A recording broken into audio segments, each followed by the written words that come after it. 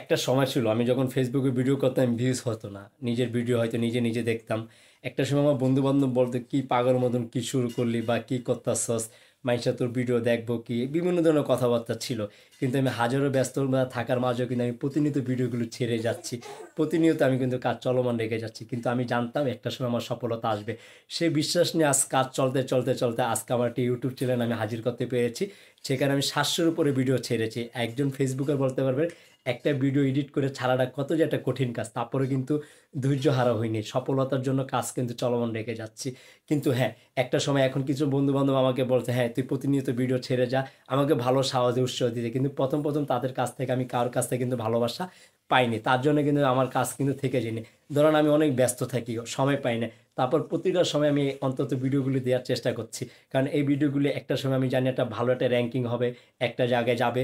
ফেসবুকে একটা সময়, ইউটিউব একটা সময় আমার এই ভিডিওগুলি সুন্দর একটি জায়গায় নিয়ে যাবে। কারণ ফেসবুক ইউটিউব যখন দেখবে আমি রেগুলার ভিডিও ছাড়ছি বাট আমি মনোযোগ সহকারে কাজ করছি, তারা কিন্তু সুন্দর একটি পরিবার আমাকে সবাইকে অ্যাড করে দিবে।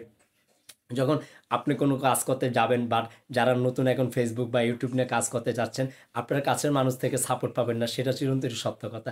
আপনার ভিউজ হবে না, সেটাও সত্য কথা। এই জন্য কিন্তু কাজ থেমে রাখা যাবে না, এই জন্য আপনার হাল ছেড়ে দিলে হবে না। আপনি এই জন্য ধৈর্য বাড়িয়ে দেন এবং সুন্দরভাবে কাজ চলমান রেখে যান, নিজের প্রতি বিশ্বাস রাখবেন, আপনি সফলতা পাবেন।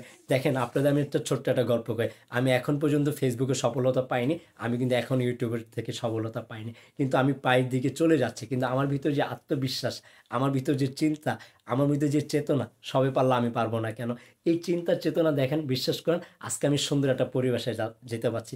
এই যে গতকালকে একটা ভিডিও ছাড়লাম, প্রায় ধরেন 2000 ভিউ হইলো, আজকে ভিডিওতে 200 ভিউ হলো, তাতে আমার মন কোনো খারাপ নেই। আমি জানি একটা সময় ফেসবুক আমার একটা সুন্দর জায়গায় নিয়ে যাবে, সেজন্য আমার ধৈর্য সহকারে কাজ করতে হবে, অনেক পরিশ্রম করতে হবে।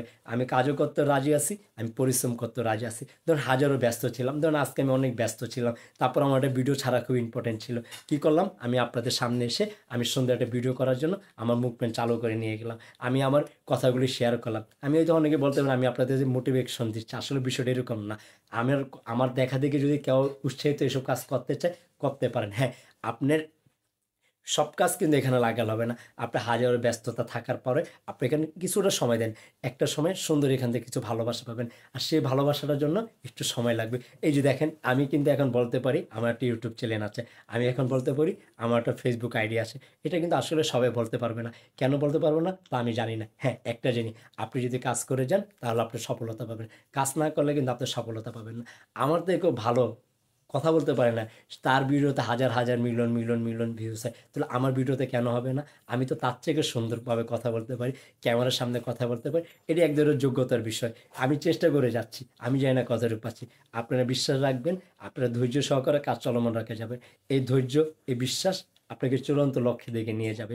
আমার জন্য অনেক অনেক দোয়া করবেন আর আমাকে অনেক অনেক ভালোবাসা দিবেন। আপনাদের দোয়া, আপনাদের ভালোবাসা নিয়ে আমি সোশ্যাল মিডিয়াতে একটা সুন্দর পরিবার নিয়ে একটা সময় প্রতিষ্ঠিত হবে। সবাই ভালো থাকবেন, সবাই সুন্দর থাকবেন, সবাই সুস্থ থাকবেন।